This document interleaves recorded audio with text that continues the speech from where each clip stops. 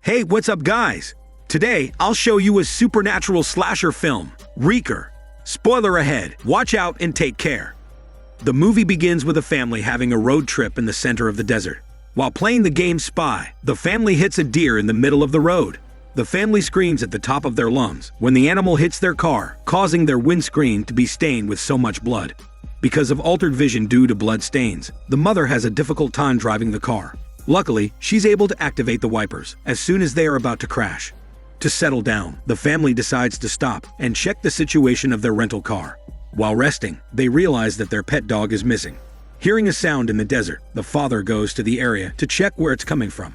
The mother becomes worried when her husband and their pet dog have become missing for quite some time. The mother screams their name to find them, hoping to reach them through her voice. However, as she finishes screaming, she sees their dog limping and terribly injured. The mother approaches their dog to take a closer look.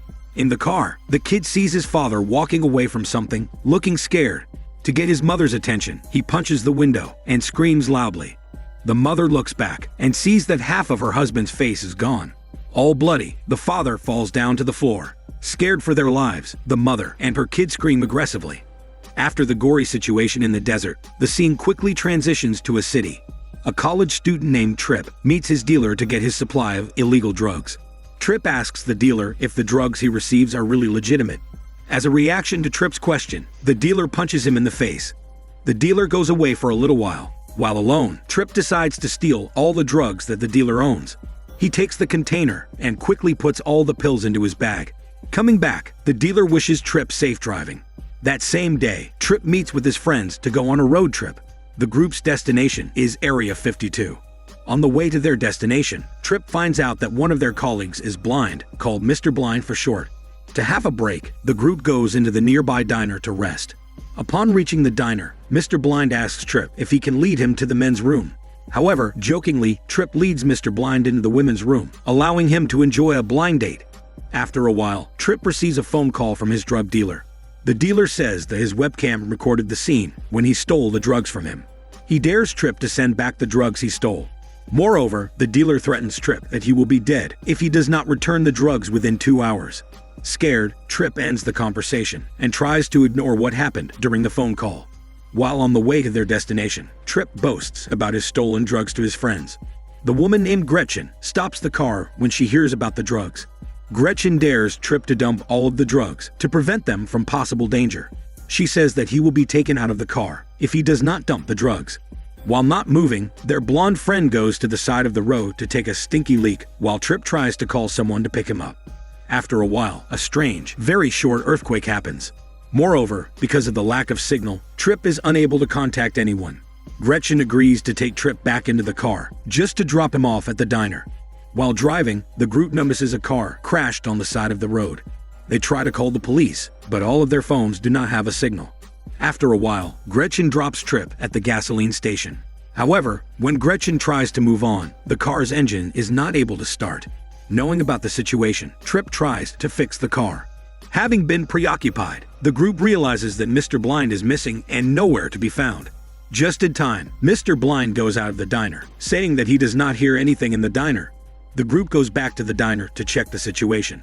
They see that the diner is completely empty and all trashed. Looking for help, they try to use all the phones in the diner and in the gasoline station, but they do not find any luck. The group also realizes that the motel is completely empty. Seeking a signal, Trip makes an antenna and puts it in the air. Luckily, a little signal reaches their radio. The radio says that a disaster has struck the country. This reveals the situation they are facing.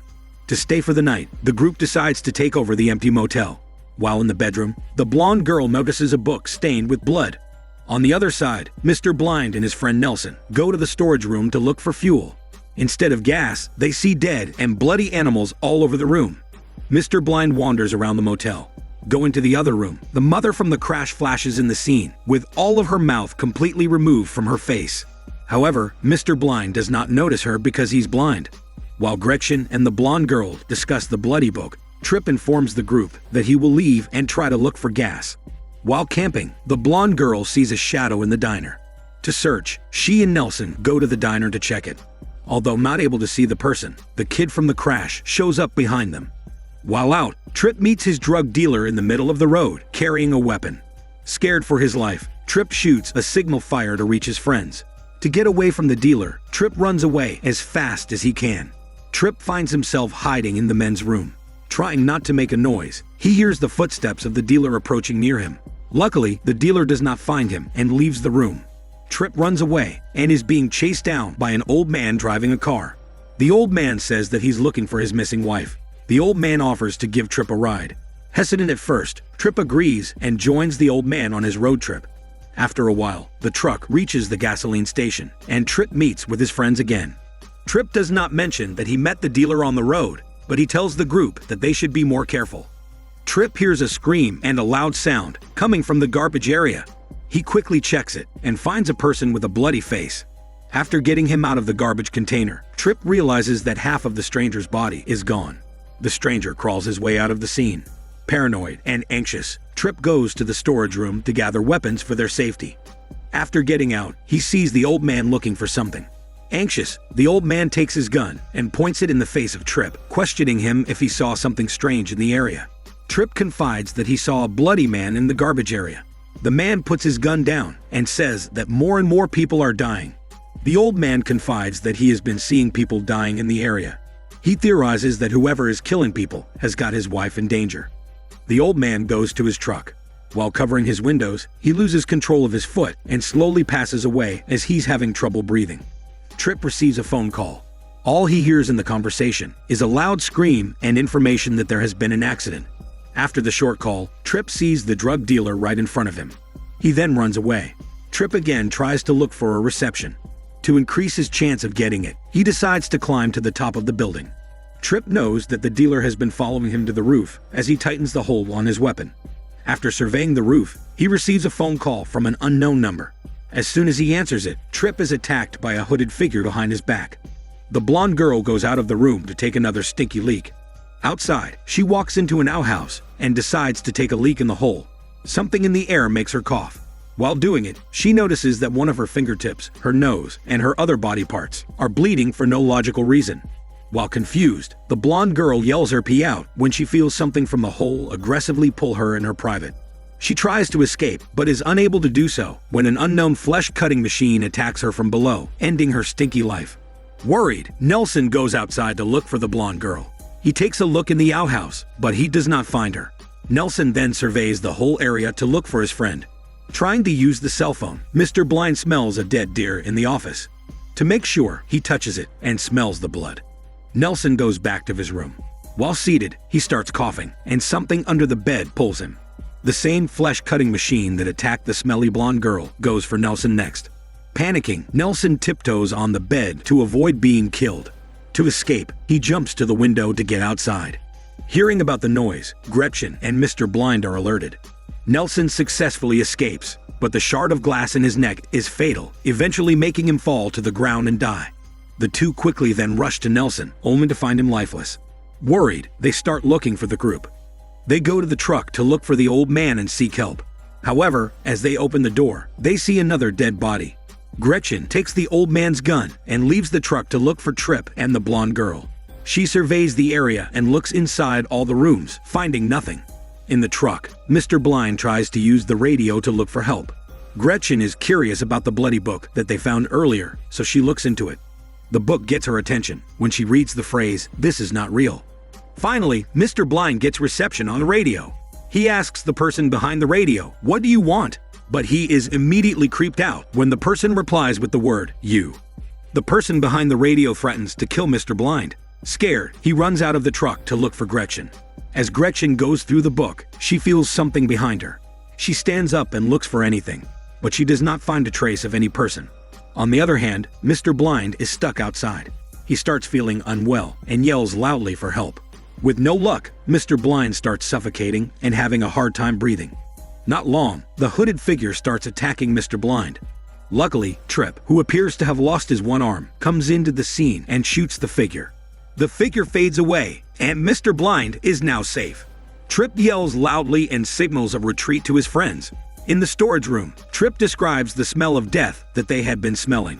This reveals why the dead people have been suffocating before being killed. Obviously, the unknown enemy uses an airborne weapon to weaken the people's bodies.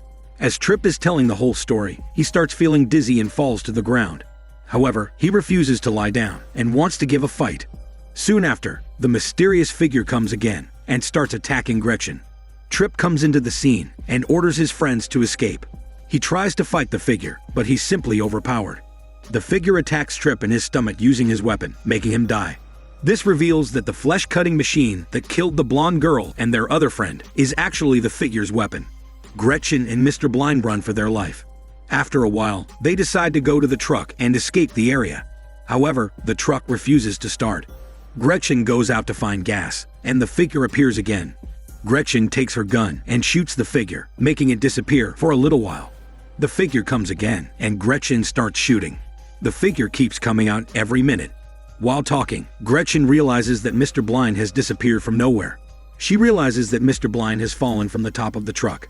Mr. Blind climbs the truck again, but as soon as he gets on the roof, the figure drills his skull from behind, making him fall down. Mr. Blind takes the mask of the figure and strangely sees a gory face behind the cover. Gretchen takes her gun and tries to shoot the figure. However, she is out of bullets. To escape, Gretchen continues to find gas, and out of nowhere, she sees the drug dealer. After she defends herself, the dealer disappears. Gretchen runs and tries to fill the car with gas. Suddenly, the figure comes behind her. As a reaction, Gretchen stabs the figure with a shovel. While Gretchen has a hard time starting the engine, the figure is drilling the roof of the car. Luckily, the engine starts, making the figure fall to the ground. The figure quickly rises, and Gretchen decides to run over and collide the figure with the truck with as much force as she can. After the crash, the figure disappears. Gretchen and her remaining friend escape as they drive away from the gasoline station. In the morning, the figure attacks their car again. Because of the pressure, their car crashes on the side of the road. In the next scene, Gretchen wakes up and sees the drug dealer helping her. It's later revealed that the words written in the book are true. Everything they experienced in the gasoline station was not real. In reality, after Tripp stepped out to call for a ride, a truck collided with Gretchen's car just as the earthquake occurred. The truck, driven by the old man, had gone unnoticed by the rest of the group. The old man's wife tells the authorities that her husband had a heart attack and lost control of the truck. Each of the killings at the motel was mirrored by their deaths in the car crash, possibly caused by their near-death experience. The blonde girl died of internal bleeding. Nelson was thrown through the window and slit his throat. Tripp's arm was severed while outside the car, and he died of blunt force trauma. Gretchen survived the crash because she wore her seat belt, while Mr. Blind survived the crash despite suffering a severe head injury and a broken arm. The drug dealer, who had been following Tripp, saw the collision and tried to help, which explains his appearances at the motel and on the highway. In the last scene, Gretchen and Mr. Blind discuss that neither of them remembers the accident, and no mention of the events in the motel circulated in the news. Mr. Blind mentions that he thought he saw Gretchen for a brief minute during the collision, casually mentioning the color of her eyes. This is Daniel CC Movie Channel. Stay safe and enjoy your day.